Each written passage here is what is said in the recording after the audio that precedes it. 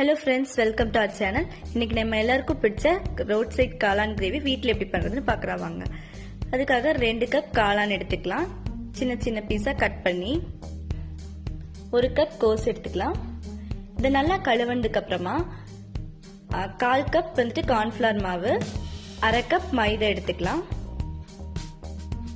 அப்புறம் 1 spoon garam masala, 1 spoon மிளகாய் தூள், தேவையான அளவு உப்பு சேர்த்துக்கலாம். இப்போ இத வந்து நல்லா பிசைஞ்சுக்க போறோம். இதுல அதிகமா தண்ணி சேர்க்க கூடாது. இந்த மாதிரி பிசைஞ்சு எடுத்துக்கலாம். எண்ணெய் காஞ்சதுக்கு அப்புறமா சின்ன சின்ன பீஸா இத போட்டு நம்ம பொரிச்சு எடுக்க போறோம்.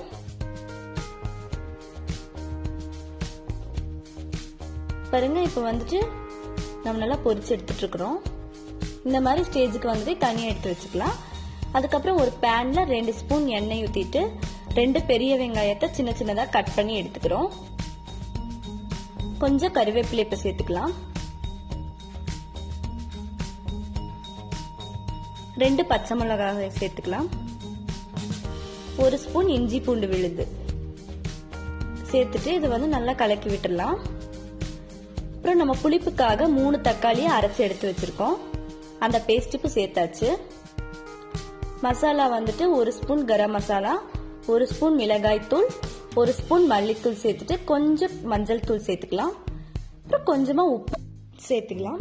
இப்போ நம்ம தக்காளி பச்சை வாசனை போற அளவுக்கு நல்லா இதை கலந்து விட்டுக்கலாம்.